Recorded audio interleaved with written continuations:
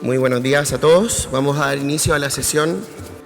Para mí es un honor presentar esta conferencia en que nos acompañan el doctor Cristóbal Cobo, académico e investigador asociado del Oxford Internet Institute, el doctor Neil Selwyn, profesor de educación en la Monash University, y la directora de la Escuela Virulai de Barcelona, Coral Regí.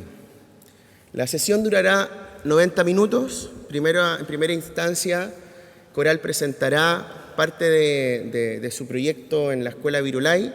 Posteriormente, habrá una presentación de unos 10-15 minutos de Cristóbal Cobo y de Neil Selwyn. En la segunda parte, Coral Regí hará algunas preguntas vinculadas a su experiencia como directora en la escuela, que Cristóbal Cobo y Neil Selwyn responderán, y finalmente se establecerá un diálogo entre todos los speakers para pasar en la última parte a las preguntas del público. Dejo con ustedes a Coral Regí. Muchas gracias, Pablo, muchas gracias a todos. Creo que realmente para nosotros es una gran oportunidad poder estar hoy aquí con dos personas, con dos referentes en el tema de la nueva pedagogía, de un nuevo enfoque de sistemas de aprendizaje en nuestro país. Y estar acompañados aquí hoy de muchos estudiantes de magisterio, de pedagogía, creo que para nosotros es uno de los retos que tenemos, o sea que, por tanto, bienvenidos a todos los estudiantes que están aquí y que podemos aquí a ver si os servimos de inspiración. Me comentaban Neil y Cristóbal antes que ellos venían aquí a darnos un enfoque crítico, a darnos más cuestiones, a hacernos cuestionar muchas de las cosas que estamos haciendo. Y yo creo que esto es lo bueno lo que pueden hacer los buenos profesores. Los buenos profesores son los que hacen que los alumnos se planteen retos, los buenos profesores son los que nos hacen cuestionar las formas de hacer, las que nos hacen ver más allá de lo que estamos haciendo. Mi papel aquí, mi rol, es establecer el contexto de lo que es un centro educativo. Nosotros, la Escola Virolai, es un centro educativo de aquí de la ciudad de Barcelona, que desde hace 15 años empezamos a cuestionarnos que había una necesidad de establecer nuevas formas de aprender, que los colegios tenían que estar centrados en los alumnos, que los colegios tienen sentido si son para que los alumnos aprendan, y este es nuestro objetivo, nuestra razón de ser. A partir de aquí nos han servido muchas veces, ellos se reían, pero es verdad, Cristóbal y Neil han sido para nosotros fuente de inspiración, fuente muchas veces de hacernos reflexionar, y que sus dudas o sus retos nos han hecho a nosotros entrever posibles líneas de trabajo, de solución para establecer estos retos. Nosotros hemos sido un centro que hemos apostado claramente por la tecnología desde hace muchos años, y bueno, yo quiero conocer su opinión sobre el tema de la tecnología y educación, pero sí creo que tenemos una apuesta muy clara de una tecnología que prácticamente es invisible y que está en el aula, porque de alguna manera la escuela y la sociedad tienen incorporada la tecnología de una forma absolutamente transversal.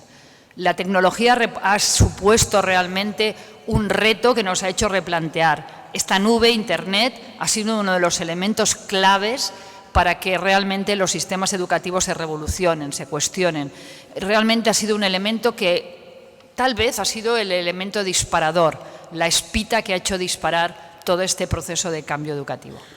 Creo que vale la pena que escuchemos las opiniones de Neil y de Cristóbal sobre este tema, y a partir de ahí empezaremos a cuestionar algunos de los aspectos, y como nos ha comentado antes Pablo, esperamos vuestras preguntas. Creemos que realmente en los debates, en las cuestiones, en este diálogo activo es como se aprende, y lo pensamos en teoría y lo vamos a hacer en la práctica. Cristóbal, cuando quieras, si quieres empezar tu intervención. Muy buenos días, buen día a todos. Muchas gracias. La verdad que es un privilegio aquí estar rodeado de amigos en este lugar que, como dije ayer, es un poco sobrecogedor, pero al mismo tiempo es una fuente de inspiración para pensar de dónde venimos y hacia dónde queremos ir. Primero, un aviso de publicidad. No vengo a vender, sino vengo a regalar. Tenemos un nuevo libro que se llama La innovación pendiente. La buena noticia es que es un libro de acceso abierto, cualquiera lo puede descargar sin ningún problema, es un libro con licencias Creative Commons, y uno de los motivos por los cuales lo promuevo hoy es porque quien escribió el prólogo de este libro es mi amigo Neil Selwyn, Sus palabras de prólogo son mucho más interesantes que el libro, así que se las recomiendo mucho porque hay mucho que aprender detrás de eso. Bueno, dicho eso, lo que yo voy a concentrar los minutos de introducción es un conjunto de preguntas, porque creo que tenemos muchas más preguntas que respuestas hoy para pensar en el futuro. Creo que la academia lo que puede hacer es compartir preguntas que detonen distintas rutas y distintas exploraciones, y porque con un dejo de honestidad no tengo las respuestas a estas preguntas, y espero que sirvan para generar debates en este espacio y en otro. Quizá la primera pregunta que me surge es: ¿la relación tecnología y educación es absolutamente inevitable? Y si lo fuera así, ¿por qué? ¿La tecnología es el fin último o el fin último es quizás aprender a aprender con el dispositivo que sea? Podríamos discutir largamente qué entendemos por tecnología, y podríamos reemplazar la palabra tecnología también con innovación. ¿Es la innovación el centro de la discusión o quizás hay elementos que son mucho más sustantivos que a veces pierden fuerza por estos adornos que están cerca? Quizás la segunda pregunta que tengo es: ¿qué parte del aprendizaje no es híbrido o blended? Siempre se habla mucho del blended learning o del aprendizaje híbrido, ¿no? Y yo me pregunto, ¿qué parte del proceso de aprendizaje escapa de esa clasificación entre aprendizaje formal e informal, individual y colectivo, tecnológico y presencial?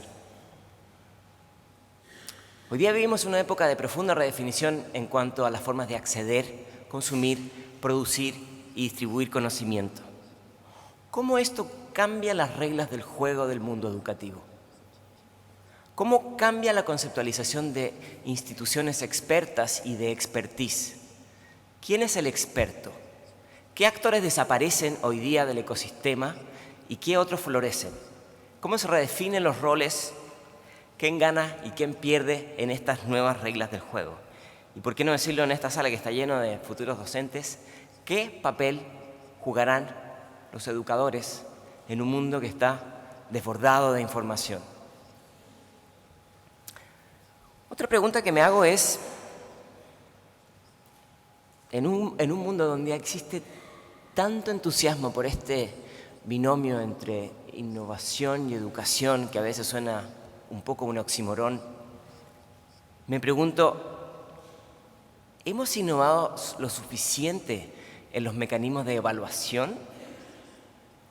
Siempre hay mucho entusiasmo en las maneras que transmitimos, reproducimos, acercamos el conocimiento a otro. Pero a la hora de valorarlo, ¿hemos puesto el mismo entusiasmo? Yo tengo mi opinión, pero no se las voy a decir hasta que luego llegue el debate. Decimos que hoy día el aprendizaje no sabe de límites. Decimos que el aprendizaje no va más allá de lo que podemos aprender en el aula, más allá de lo que puede ofrecer el currículum, más allá de lo que puede certificar un diploma. Y que las tecnologías en alguna medida son un puente entre distintos espacios, distintas instancias. Y la pregunta que me hago es: ¿no faltarán nuevos instrumentos para reconocer, certificar, validar esos otros saberes que se generan en otros espacios también? Ese aprendizaje más abierto, más continuo, más tácito, más experiencial, más multicontextual.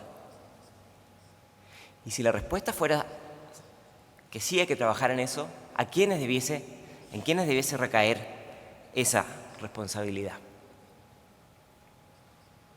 Hay una pregunta de Neil Postman que sigue siendo vigente, me parece, es: ¿cuál es el problema para el cual la tecnología es la solución? ¿Y qué nuevos problemas se crean al resolver los anteriores? Benedetti nos decía, cuando sabíamos toda la respuesta, nos cambiaron las preguntas. Bueno, aquí es algo parecido, ¿no? Si la tecnología es la solución, ¿cuál era el problema?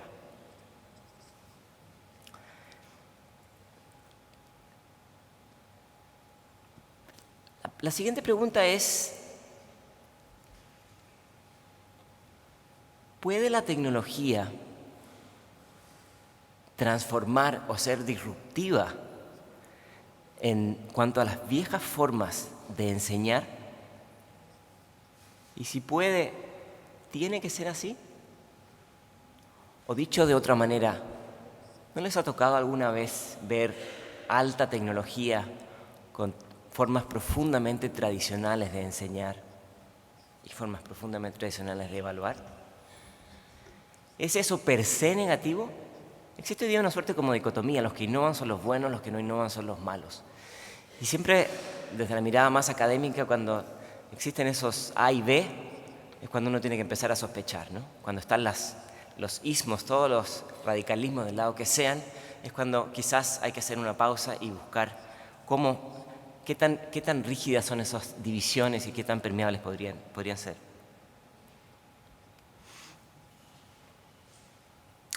La siguiente pregunta tiene que ver con algo que encontramos hoy día mucho en la literatura, y es si la tecnología puede llegar a ofrecernos en las experiencias de aprendizaje una forma de aprender más significativa. Una enorme cantidad de la literatura científica en este tema habla de las posibilidades, ¿no?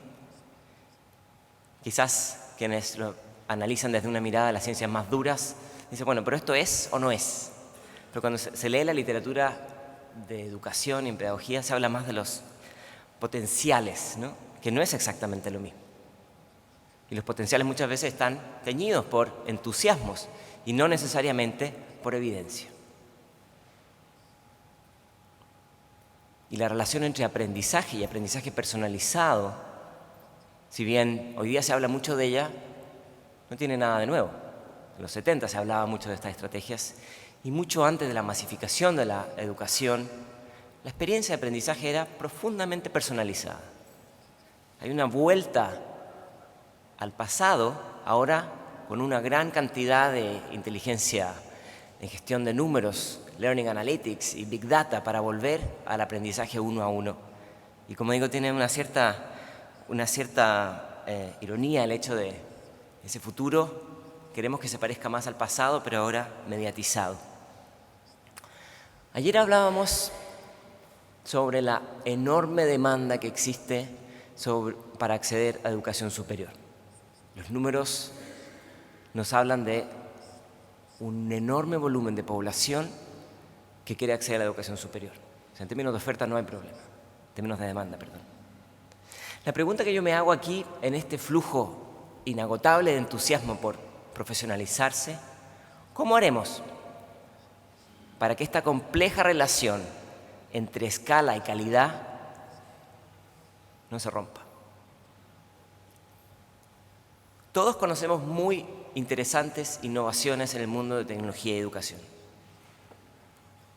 Pero a veces, mi temor es que esas son experiencias boutique y el desafío está en avanzar hacia experiencias de innovación en educación que sean escalables. Este es un evento sobre inclusión y me parece que la escalabilidad de buena educación sigue siendo una agenda pendiente.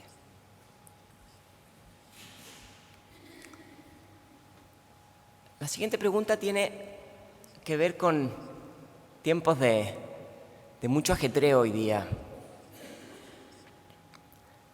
Tenemos candidatos que plantean construir nuevos muros, tenemos países que deciden salirse de bloques. Hay una suerte como de escepticismo a este entusiasmo que veíamos en los 90 sobre la globalización. Hay una suerte de ironía que hace 25 años se cayó el muro de Berlín y se construyó un gran puente que era la World Wide Web. Entonces, todos estábamos más conectados y había un enorme optimismo a fines del siglo XX de nuevas interdependencias, nuevos flujos. Y yo veo con cierta preocupación hoy día, 25 años después, que hay una suerte de hiperfragmentamiento o una tendencia hacia allá. Y la pregunta que me hago es, ¿qué rol habrá de jugar las instituciones educativas para revertir o por lo menos para contrarrestar o enfrentar o discutir y reflexionar sobre estas fragmentaciones, ¿no? Tenemos tecnología que nos conecta, pero al mismo tiempo tenemos hoy día una suerte de tendencia que va en una dirección, si no contraria, por lo menos muy distinta. ¿Qué trabajos hay que hacer en términos de formación intercultural? De pensar esto de la movilidad no solamente en términos de cambiar de espacio, sino que movilidad cultural y aprender de otros y con otros, muy distintos a como nosotros pensamos. No es casualidad que la OECD esté planteando ahora su próxima evaluación en mentalidad global, ¿no? Aprender a trabajar con otros culturalmente distintos. Y si es así, ¿qué rol ha de jugar la tecnología? Ya para ir terminando, y si es que todavía sobreviven a las preguntas, ¿cuáles son las competencias, las habilidades, las actitudes que deberíamos estimular? Hoy día existe en la literatura una profunda cacofonía con 5 o 6 competencias que todo el tiempo escuchamos. No es que yo esté en contra de ellas, pero a veces el lenguaje se roba las buenas ideas o la innovación. ¿Y a través de qué espacios promoverlas? ¿Cómo estamos preparando a esta población que, como se dice siempre en la literatura, tendrá que trabajar en un mundo incierto para trabajos para los cuales no existen? ¿Cómo estamos aprendiendo a diseñar nuevos futuros? ¿Cómo estamos aprendiendo a diseñar conocimientos que no conocemos todavía? ¿La tecnología en qué medida está ayudando a pensar en nuevos escenarios y no a replicar escenarios de un lugar A en el lugar B? Y ya para terminar, era irresistible decirlo en este lugar aquí. ¿Tienen futuro las universidades? Y si es así, ¿están listas para los nuevos procesos y flujos de desintermediación y reintermediación que hoy día vemos en todas direcciones en este binomio entre tecnología y educación? Muchas gracias. Profesor Selwyn, después de todos los interrogantes que nos ha planteado el profesor Cobo, creo que tenemos que escuchar sus opiniones críticas sobre este tema. Estamos dispuestos y con mucho interés por escucharlas. Hello. First of all, I would like to apologize for not being able to speak Spanish. I'd like to apologize for not being able to speak Catalan. I'm from the UK, so we're terrible at learning languages. So I'd like to thank the translation team for hopefully making me make sense. And it's very funny that Christabel said, is there a future for universities? And we're in a room that's 500 years old, 600 years old. We have to remember history. I think this place will still be here in 10 years' time, maybe 100 years' time. Anyway, it's fantastic to see so many young people here, so many people who are just beginning to be teachers. So before I talk what I prepared to say, I would just like to say one thing. If there's one thing I'd like you to take home today, is the message that you need to be critical about technology when you're teaching. You have choices, you're empowered, so be critical.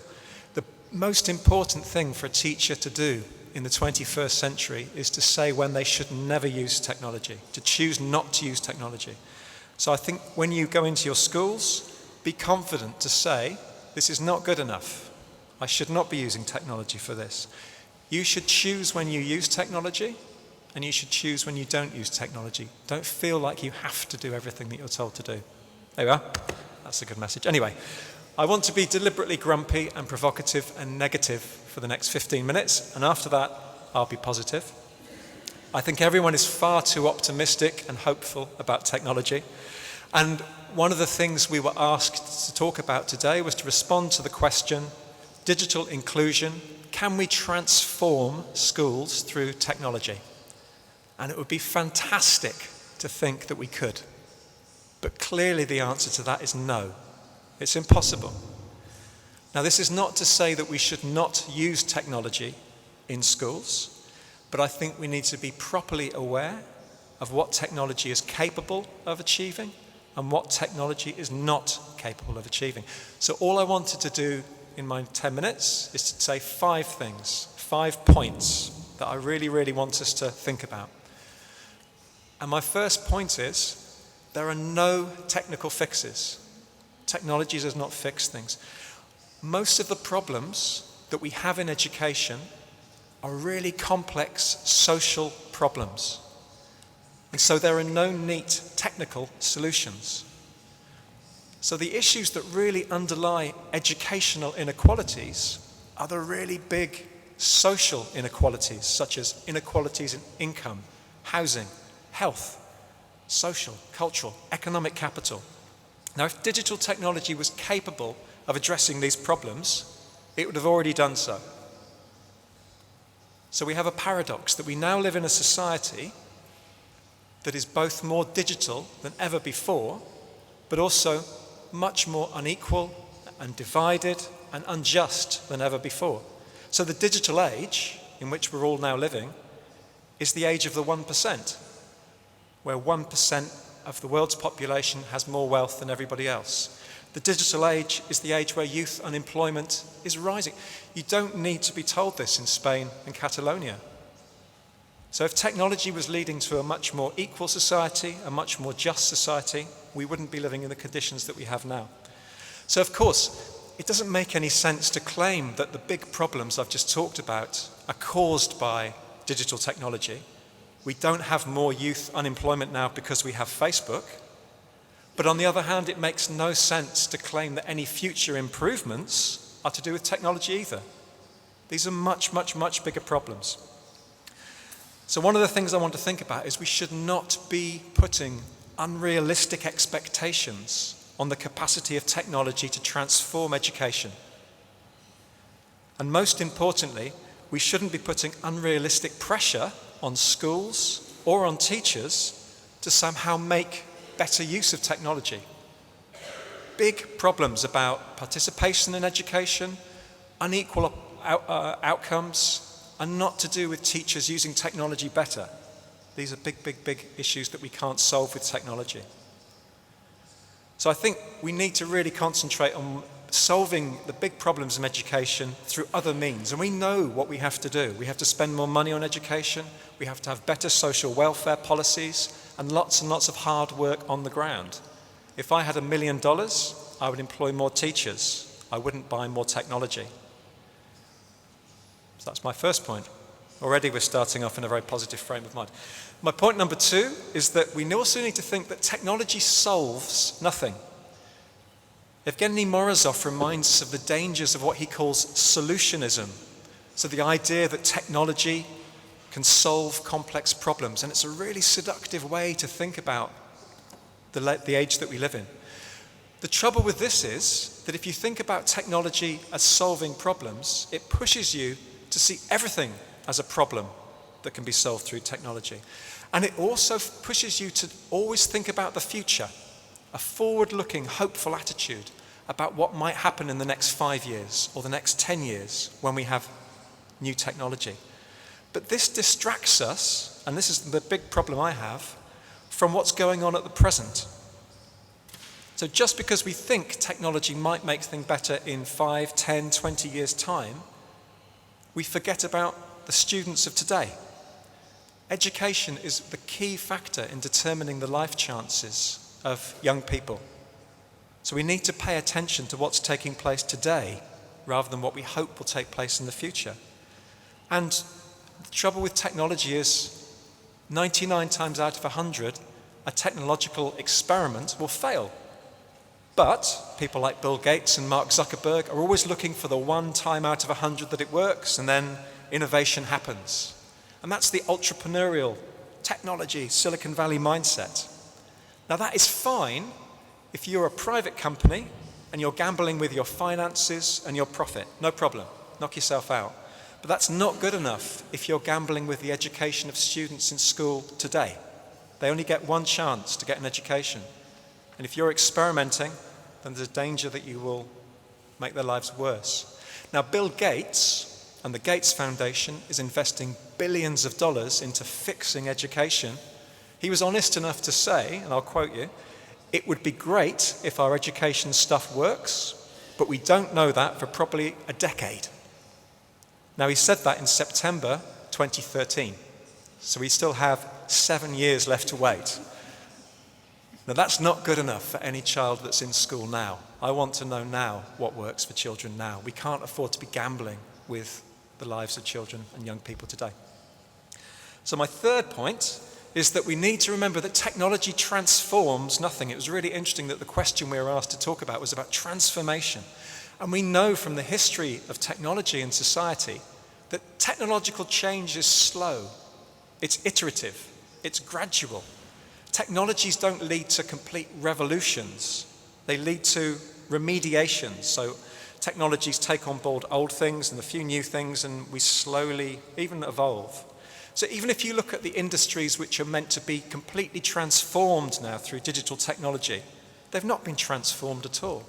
Newspapers, the music industry, television, these are all things which are meant to have been disrupted. But essentially, a lot of what happens now is the same. We still have newspaper content or TV content. We still have Justin Bieber or One Direction or wherever it is these days that young people like.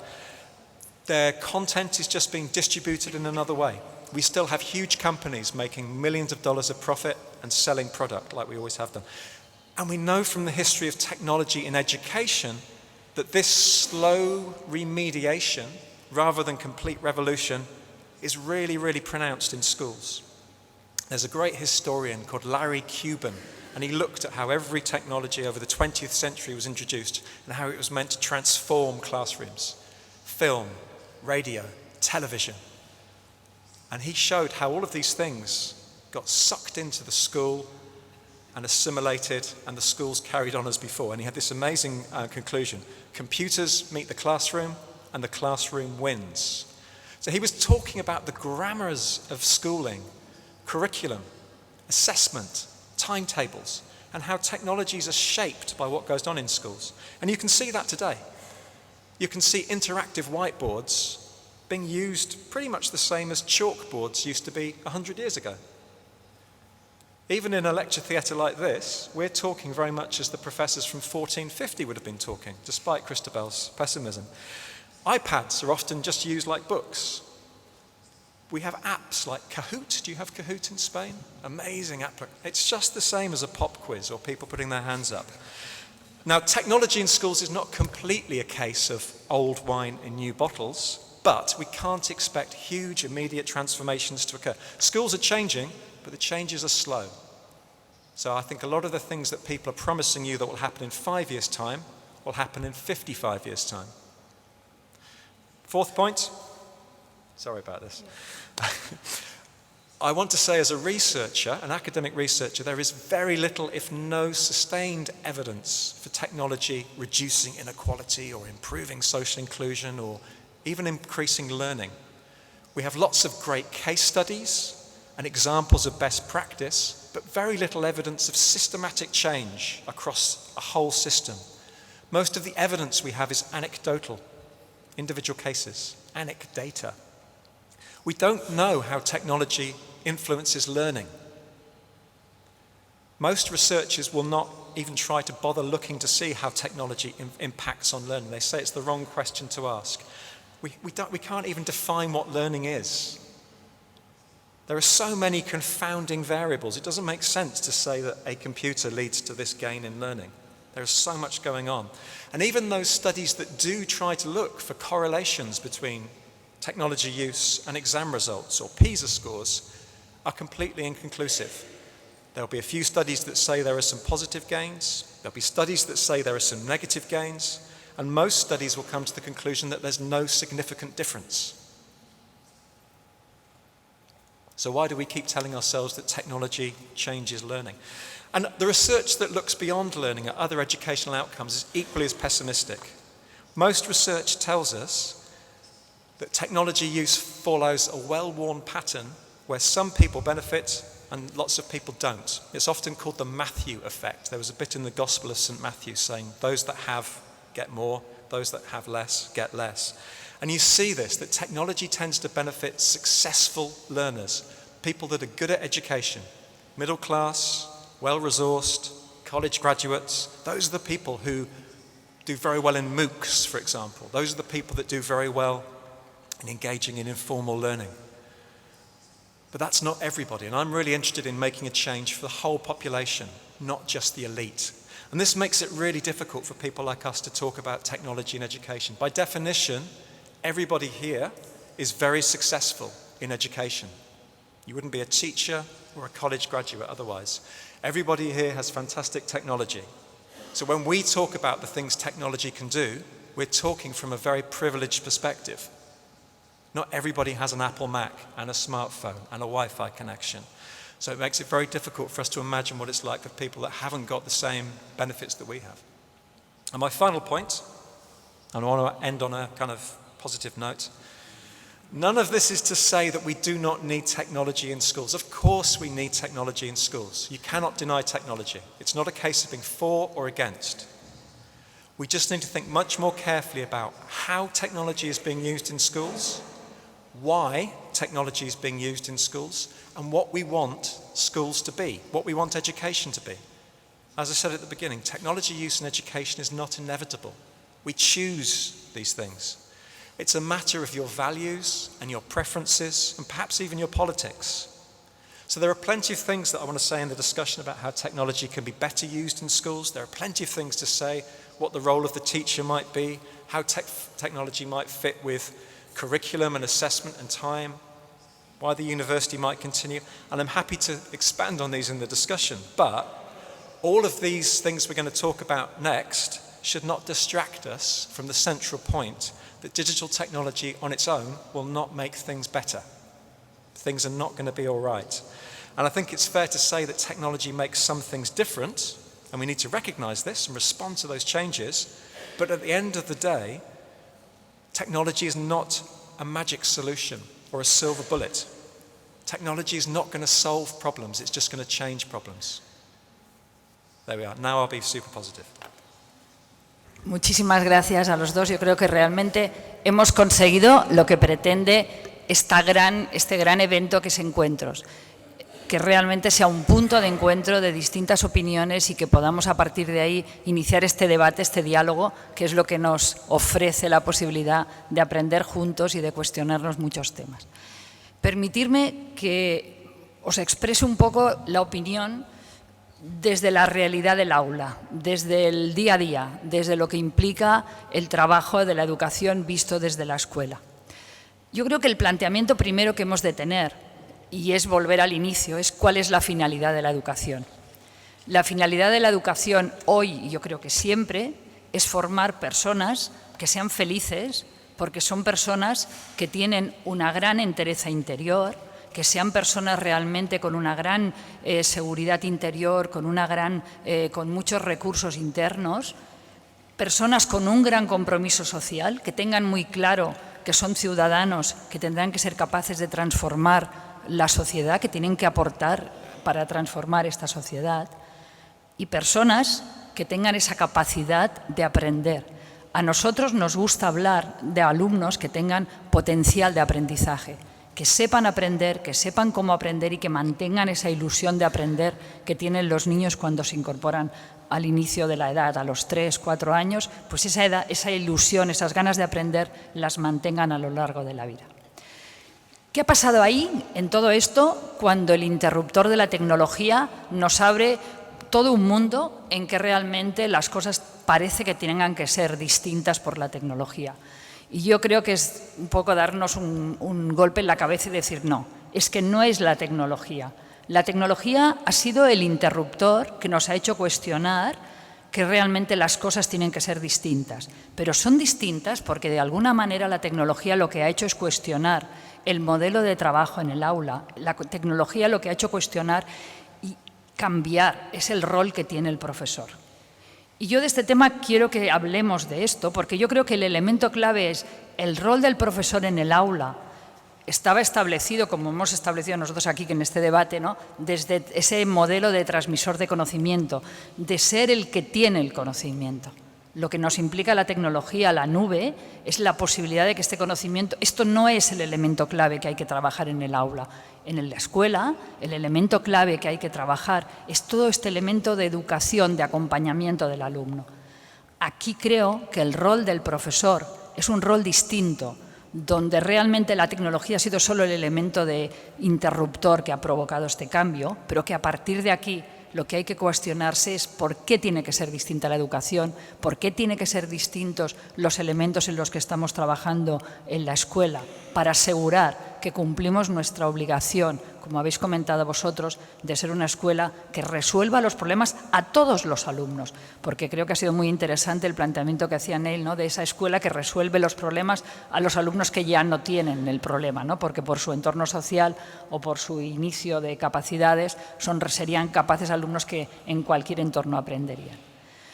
A mí me gustaría que vosotros nos hablarais, si queréis, para que descanse un poquito Neil, puede empezar Cristóbal, en que nos planteéis cuál es el cambio que tiene que haber en el rol del profesor. ¿Cómo creéis vosotros que tiene que ser realmente esta nueva posición del profesor?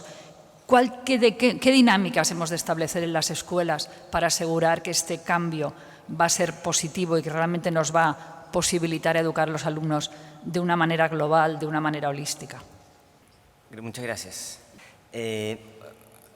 Comúnmente se dice en la literatura que el profesor hoy, el nuevo perfil del docente hoy debe ser un facilitador. Se dice hasta el cansancio eso. Pero a mí no me convence esa definición. Para mí un facilitador es un señor que te abre la puerta del ascensor y un educador es mucho más que un facilitador. Para mí un docente hoy día es lo que en inglés se podría llamar un trouble maker. Es una persona que te lleva a situaciones de conflicto cognitivo, que te hace confrontarte con problemas que no habías visto o te hace vincular distintos campos del conocimiento que no necesariamente tú habías conectado. Eso es muchísimo más que un facilitador. Evidentemente, un profesor hoy no es una fuente única y soberana de conocimiento, no es un distribuidor de datos, no es un proveedor de contenidos. Paulo Freire decía que no puede ser que se piense al docente como una persona que da respuestas a preguntas que los estudiantes no se han hecho. Un profesor es una persona que genera nuevas preguntas. Yo creo que un docente hoy día es una persona que no se siente avergonzado de decir que está aprendiendo con los alumnos. Un docente que incorpora tecnología en el aula y el estudiante trae algún dato que el profesor no sabía y el profesor incorpora, me parece que es un docente que entiende cómo funciona hoy día el ecosistema de aprendizaje. Me gusta pensar en esta idea de, cuando se habla de el proceso de aprendizaje centrado en el estudiante, que también lo repetimos hasta el cansancio, y no siempre se logra traer al aula, me parece que un proceso donde el docente cambia su posición en el aula es cuando uno entra a una sala de clases, ya sea en la universidad o en la escuela, y uno no sabe quién es el profesor y quiénes son los estudiantes, que es tal cual como ocurre en un laboratorio, es tal cual como ocurre en un espacio de experimentación, donde todos están en un proceso de co-construcción. Y por último, creo que un docente, más allá de todas estas dinámicas de articulación y facilitar el flujo de conocimiento, es un ser humano que construye confianza.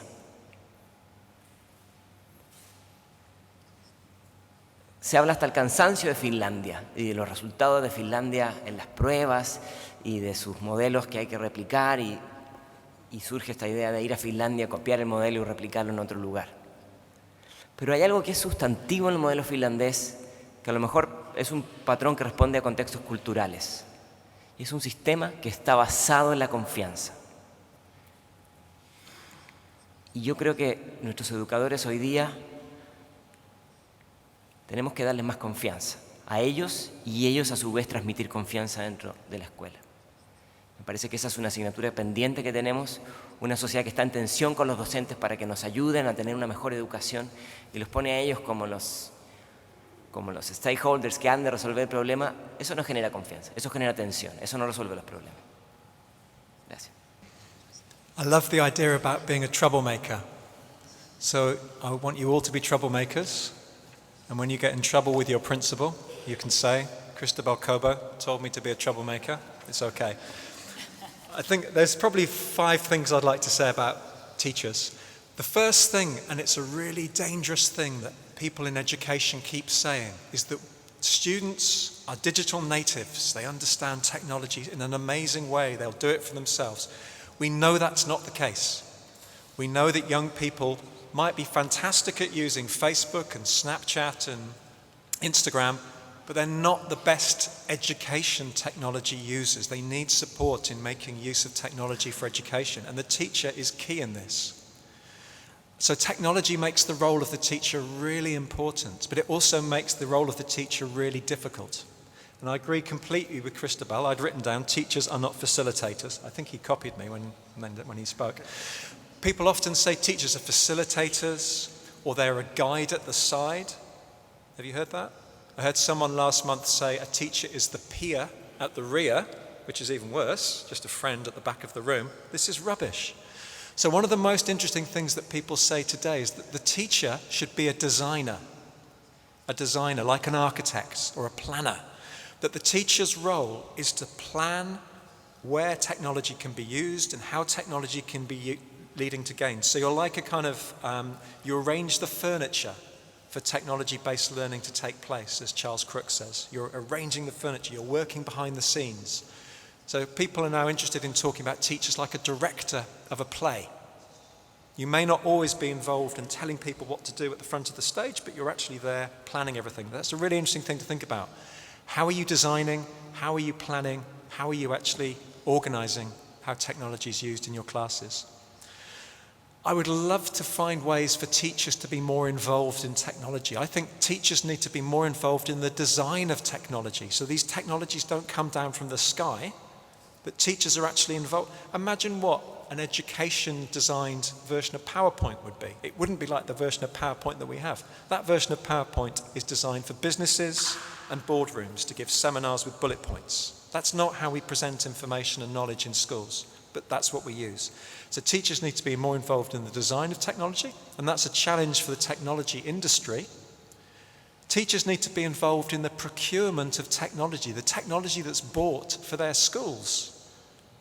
So these things don't just suddenly appear that you are now a Google school and you must use Google Apps and Google Classroom. Teachers should be involved democratically in the decision of what technologies are used in their classrooms. And also I think teachers should be more involved in the decision-making processes that take place in schools. It should be a democratic process. And 2 other things I would say very quickly. I think teachers also need to be much more aware of the punitive aspects of technology in their work. A lot of times we talk about technology in schools, we talk about learning. But a lot of ways that technology are used in schools are about not learning at all. They're about your work. So I'm really interested in how the work of teachers is being made much harder by technology. There's a tendency now for teachers to work 24 hours a day, 7 days a week, to be marking homework on a Saturday night, to be responding to emails from students on a Sunday, to be working in their holidays online. Technology makes you work more intensively and expands your work. Technologies in schools are a key means of surveillance and control, a managerial system rather than a learning system. And I think teachers need to be more aware of this, and I think teaching unions need to be more aware of this as well. A lot of technologies that we use in schools are not good for your health. They're not good for your mental well-being. Anyway, I'll stop. I was going to be positive, wasn't I? And the only other thing I would say as well is that teachers, when you learn to become a teacher, we will give you loads of good advice and loads of amazing possibilities. And we often find that as soon as new teachers go into a school, they go native. They just follow what everyone else does, and they forget all of their ideas and inspirations and amazing things they could do. And I would just urge you not to do that. Don't go native, and try and still be a troublemaker as well.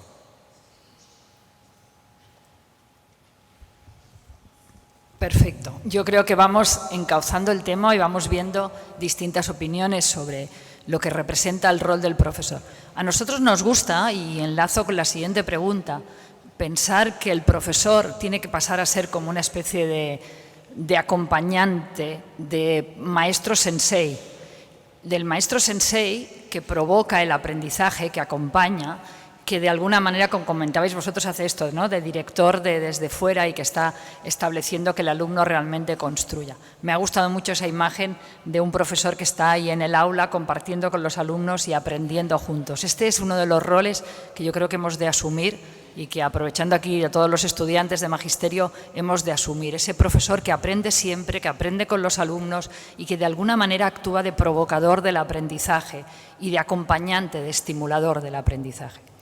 Y ligando con este tema llegamos a uno de los temas que aquí en estos momentos en nuestro país nos preocupa más, que es el tema de realmente cómo puede ser cuando estamos haciendo tantas iniciativas, tantas propuestas para intentar mejorar nuestros ecosistemas de aprendizaje, cómo puede ser que continuemos manteniendo formas de evaluación absolutamente estándares, absolutamente vinculadas a formas de aprendizaje del pasado con metodologías más antiguas. No estoy hablando tan solo de la posible utilización o no de la tecnología en el ámbito de la evaluación. Yo os quería preguntar, ¿cómo creéis vosotros, cómo nos inspiráis, qué preguntas nos podéis provocar para que realmente podamos pasar de este Teach for Test, que nos implica muchas veces estar trabajando para preparar exámenes, a una evaluación que realmente responda a los nuevos sistemas de aprendizaje, a las nuevas formas de aprender? ¿Cómo lo opináis vosotros? ¿Quién quiere empezar? ¿Cristóbal, Neil? Cristóbal, va.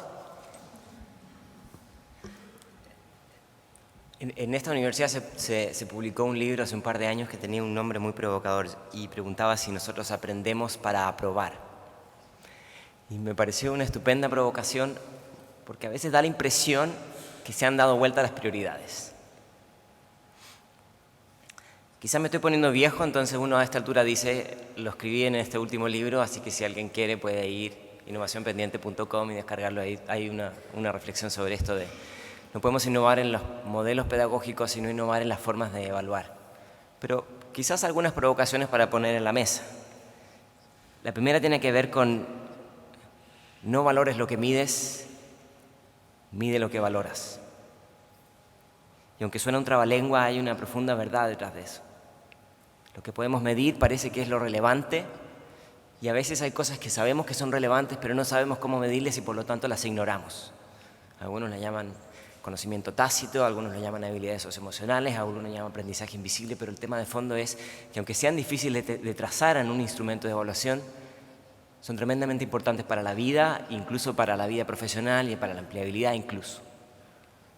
No estoy diciendo que lo que se evalúe esté mal y lo que no se evalúe está bien, pero estoy diciendo que nuestras competencias de evaluación son limitadas y a veces nos pueden llevar a tomar decisiones incompletas. El viejo Einstein nos decía que no todo lo que cuenta es contable, ni todo lo contable cuenta. Y en el conocimiento, qué cierta es esa frase. Hay otra provocación que está en el libro y está inspirada en los trabajos de John Hattie, que dice que donde más aprendemos es de los errores. El feedback positivo, justo después, inmediatamente después que te equivocaste, es un tremendo acelerador de aprendizaje. No es un feedback punitivo, como muchas veces ocurre en los sistemas educativos donde tu error se castiga con una mala calificación, sino que todo lo contrario. Se premia, se reconoce, se discute, se reflexiona y se corrige. Por alguna razón, los emprendedores siempre reconocen sus fallos como una estupenda trayectoria en el proceso de aprendizaje. Pero en la educación a veces ocurre lo contrario. Por equivocarte tienes que pagarlo y caro. Hay otro elemento que me parece fundamental y es en un mundo global donde hay mucho interés por evaluar y compararnos, hay una suerte como de obsesión por la sobremedición y eso muchas veces puede ser invasivo. Invasivo me hace pensar en esta idea de una evaluación más invisible, que menos interrumpe el proceso y que nos permite recoger datos en tiempo real. El uso de tecnologías nos ayuda a hacer eso, si tenemos las metodologías para hacerlo. En el Departamento de Educación de los Estados Unidos se hizo una larga discusión de la enorme cantidad de tiempo que invierten los niños dando exámenes a nivel nacional e internacional. Y se tomó por decisión que había que tomar menos exámenes de manera más inteligente, exámenes más integrados, no preguntar a todos los niños exactamente lo mismo, y existen técnicas estadísticas para eso, para evitar que el tiempo dedicado a evaluaciones supere el 2%. Esa fue una decisión en los Estados Unidos. No digo que en todos los lugares era igual, pero esta idea de pensar en una aproximación de evaluación menos invasiva me parece que es fundamental. Y es que sabemos que no hay una correlación entre más evaluación y mejores desempeños. Por lo tanto, hay que repensar de manera profunda una evaluación que sea quizás más continua, más formativa, pero al mismo tiempo menos invasiva. Y por último, ¿cómo pensar en una pedagogía del aprendizaje? Que era parte de la pregunta. Yo por un segundo les voy a provocar que no pensemos tanto en pedagogía y pensemos más en eutagogía, en esta idea de ser directores de los propios procesos de aprendizaje, donde lo que más estimula es la autoexploración, la autorregulación, la autoeficacia. El trabajo en equipo y con otros, y donde el docente orienta y acompaña, es fantástico. Pero necesitamos más que eso. Y me parece que de la eutagogía no se discute suficiente. Gracias. So I've never ever been to a country where people have not been concerned about teaching to the test. Even in Finland, people are worried about teaching to the test. And I think assessment and curriculum are the two things that really, really drive change or stop change in schools. So the question about how can we move from evaluation pedagogy to learning pedagogy is not a technology question, it's an education question. Schools exist still to rank, to sort, to filter young people into their place in society and the workplace. And unless you change that, that's what schools are going to be about. So if you want to have an evaluation pedagogy change to a learning pedagogy, then change the nature of schools. Technology isn't the answer. And I think a lot of what takes place in schools now, and a lot of what takes place in universities, is not learning but studying, trying to do work, to give assessments, to do exams, to get a grade, to get a diploma, to move on. So this whole learning thing needs to be rethought. Schools are not really necessarily about learning. Now, there are plenty of ways that technologies can be used to assess and to evaluate that do lead to learning pedagogies. We know these things already.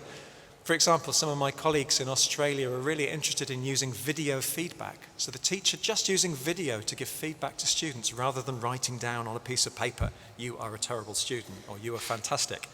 If it's with video, you get a whole range of emotions and you can really see how the feedback is meant, and it's much more personal and connective and human. We know that works really well, but it doesn't fit with our system. There are lots of other ways of giving feedback to students. Crowd-sourced feedback, peer evaluation, 360-degree evaluations. We know we can use portfolios as evidence of achievement. We know we can use open badges as a way of actually getting credit for things that you're interested in and things that you want. All of those things we know exist, and the technology exists, but they're not used in schools because they don't fit with schools. Remember, as I said before, computer meets classroom, classroom wins. And in reality, the way that technology is being used is based around evaluation, constant evaluation. And there's some really scary things happening, which I think are going to make schools even more about evaluation pedagogy. Online standardized testing, PISA tests now being online. In Australia, we have these national standardized tests of literacy and numeracy. In 2 years' time, they're going online. And as soon as they go online, we have instant data. We have adaptive assessment, where the examinations will change according to how well you do. We have learning analytics, data-based personalized learning. We have learning dashboards. So technologies are being used to evaluate. And it's all about data. Data is the most important thing now in education technology. It's not about devices, it's about data. And this really, really worries me.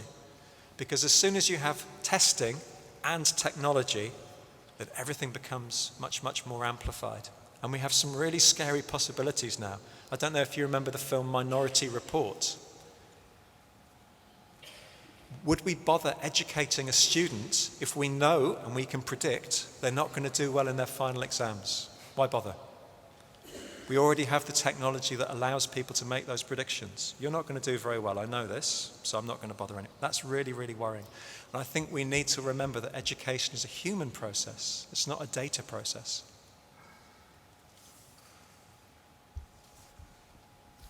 Bien, vamos acotando y llegando al momento en que vais a poder participar con vuestras preguntas, pero me gustaría aprovechar aún para tratar un tema. Hemos estado hablando alrededor de este tema de la evaluación y yo creo que un elemento muy importante que ha comentado Cristóbal es la necesidad de que esta evaluación realmente, que en la escuela se valoren y se evalúen, se pongan en contexto y se tengan en consideración toda una serie de competencias que estamos trabajando que van mucho más allá de los aprendizajes. Y yo creo que ahí, del aprendizaje relativamente formal, ¿no? Y ahí hay toda una serie de ámbitos de educación personal, de educación interpersonal que se trabajan en el centro y que hay que poner realmente en valor, que hay que valorar y que hay que valorar con este feedback que comentábamos. Solo a título de ejemplo y vinculando con lo que comentabais de esta evaluación personalizada y la importancia del tema de trabajar en ese feedback después del error, una experiencia que acabamos de realizar en nuestra escuela, en la Escuela Virolai de Barcelona, es justamente, hemos estado trabajando esta semana, la Semana del Fracaso, que es el 13 de octubre, es el Día Europeo del Fracaso. Establecer el tema del fracaso, el tema del error, primero como un elemento para trabajar la fortaleza interior de los alumnos, porque de alguna manera les enseñas y trabajas con ellos de que equivocarse, el error realmente es un elemento que te ayuda si a partir de ahí se establece este feedback inmediato.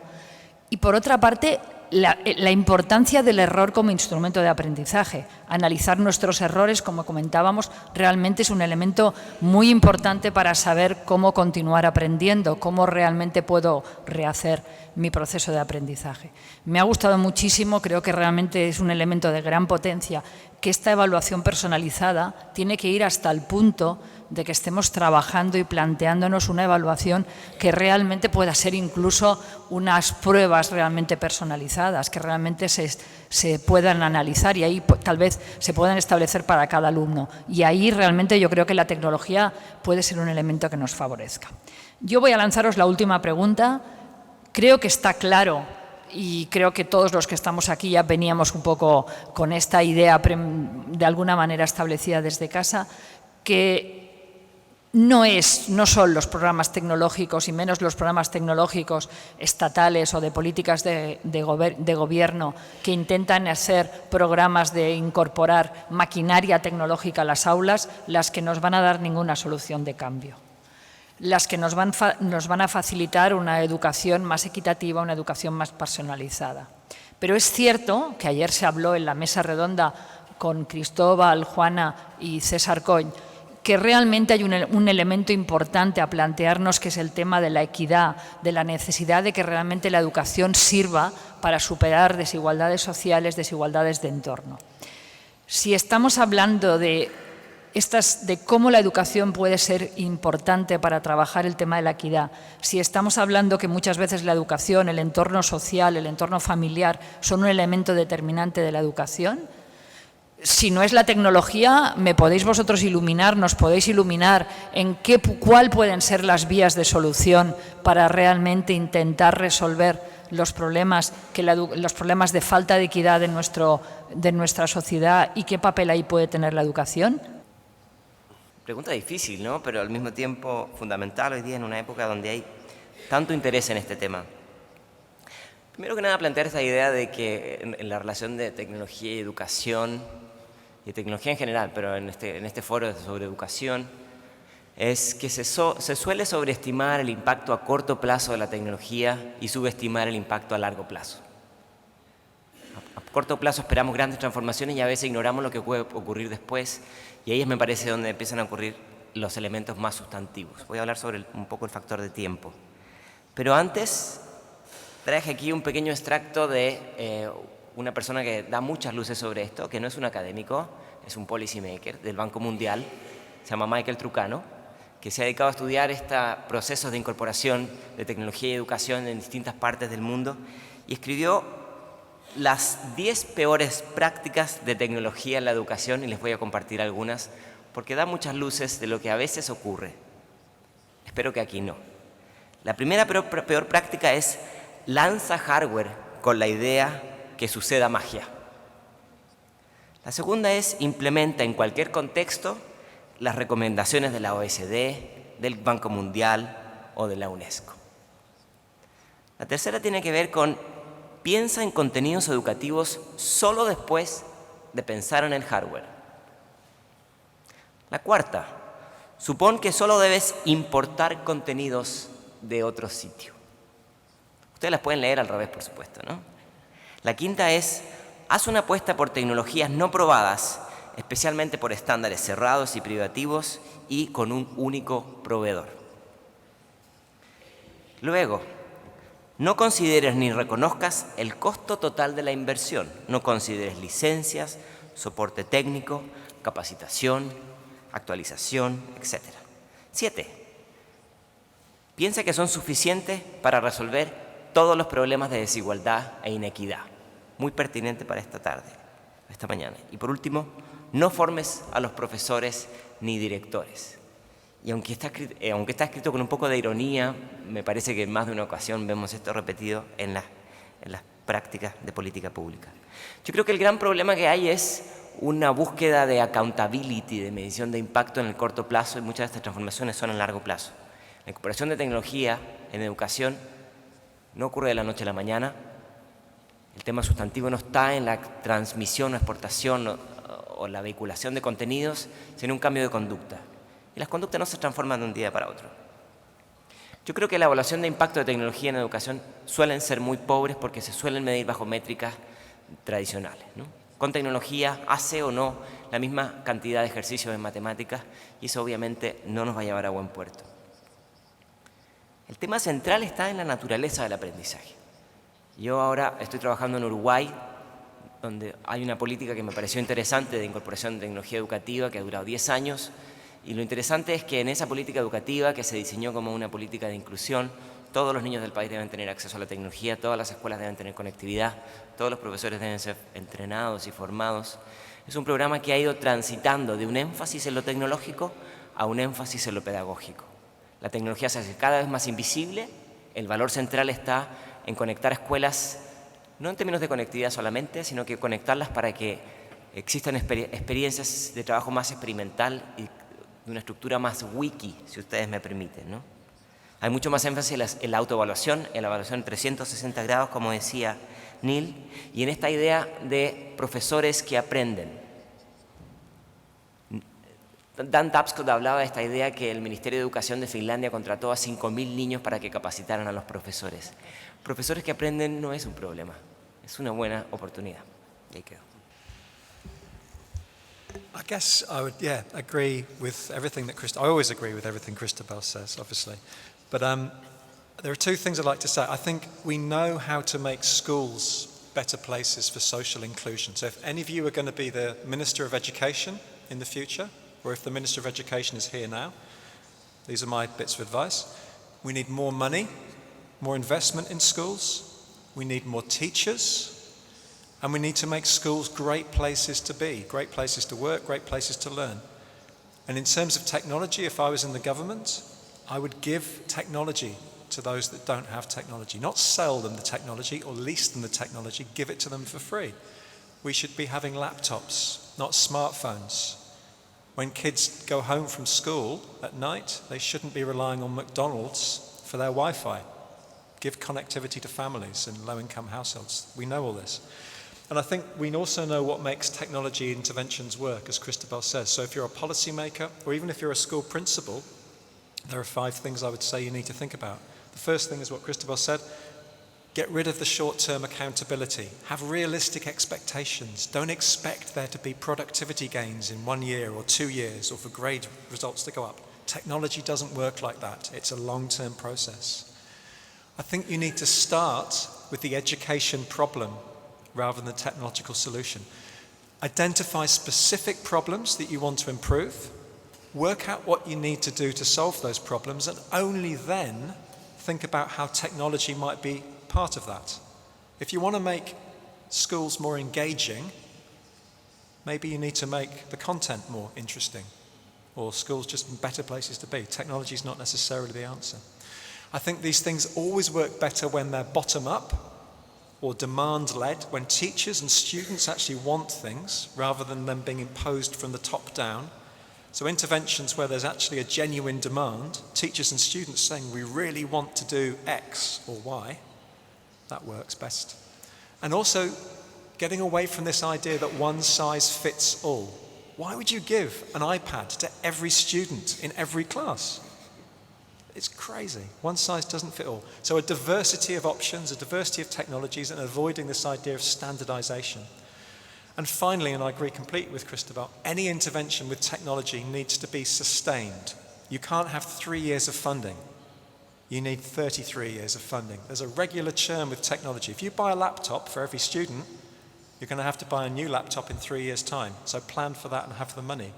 And this is why I think the state, the government, needs to be involved, not the commercial for-profit sector. The commercial sector has no long-term obligation in schools. As soon as things stop being profitable, they'll disappear. Of course they will, that's what they do.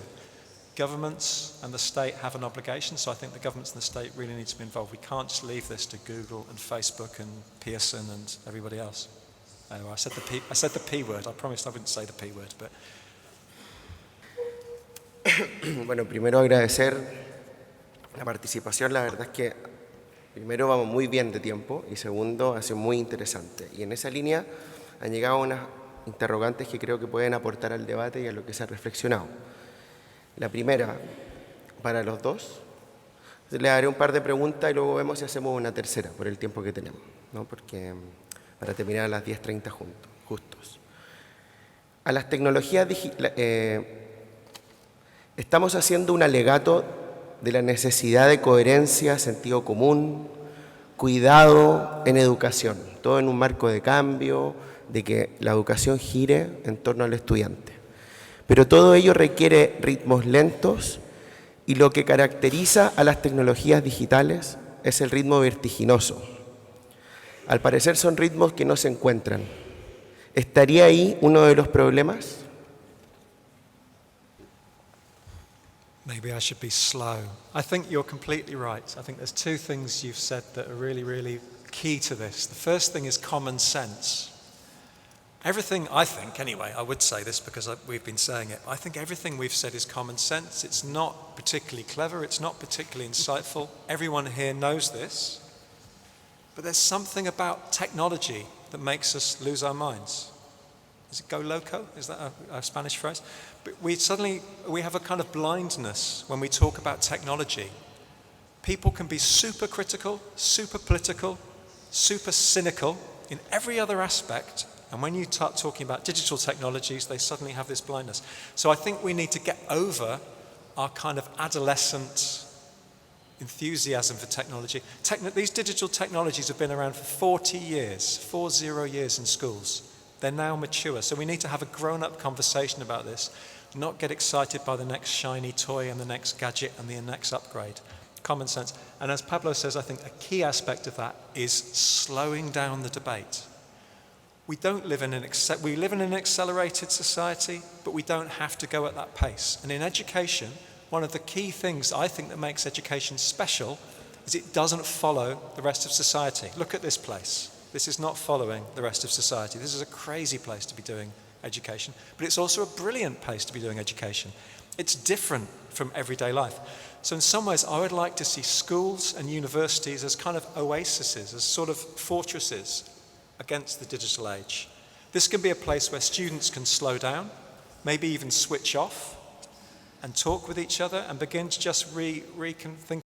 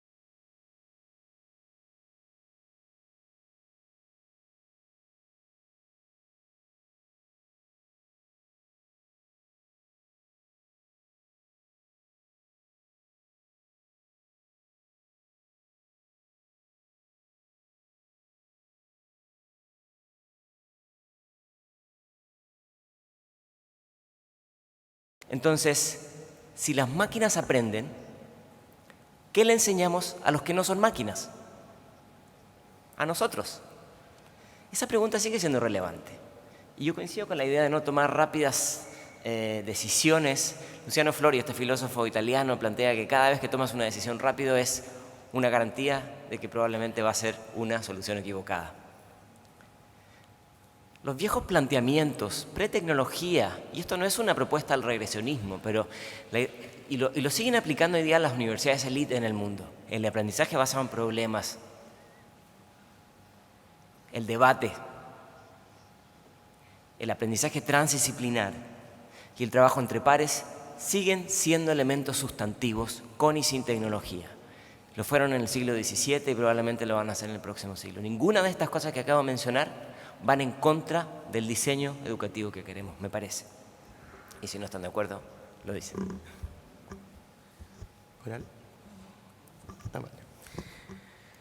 Bueno, vamos a hacer una segunda pregunta. En este nuevo ecosistema de aprendizaje caracterizado por el uso de las tecnologías, ¿cómo conectar los distintos escenarios y oportunidades del aprendizaje fuera del contexto de educación formal en un currículum tan estructurado y rígido? Cristóbal, no sé, ¿tú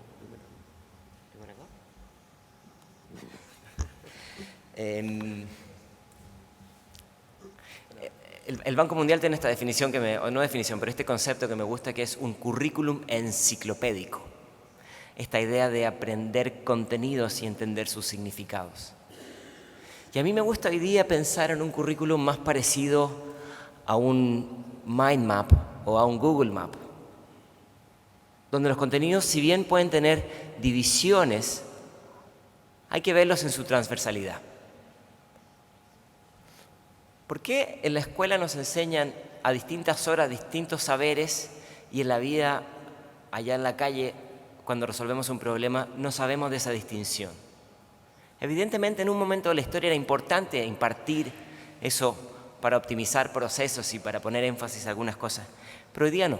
Me parece que hoy día es más que evidente que tenemos que transitar de esta hipersegmentación a una hiperconexión que no tiene que ver con las tecnologías, sino que es una hiperconexión cognitiva. Pensar el currículum como un puente me parece mucho más relevante que como un muro lleno de ladrillos. A ver, yo creo que ahí vamos a ver un poquito la síntesis de lo que hemos visto. Si el aprendizaje ha de ser más lento, si los alumnos han de regular su proceso de aprendizaje, si el aprendizaje se ha de construir en el aula entre todos, si realmente hemos de establecer unas políticas que establezcan un trabajo de feedback en el aula, de acompañamiento del alumno, el currículum no tiene ninguna importancia. Ahí sí que hemos de ser rompedores al máximo. No tiene ninguna importancia el tema del currículum establecido, sino que hemos de tener una visión absolutamente holística del aprendizaje.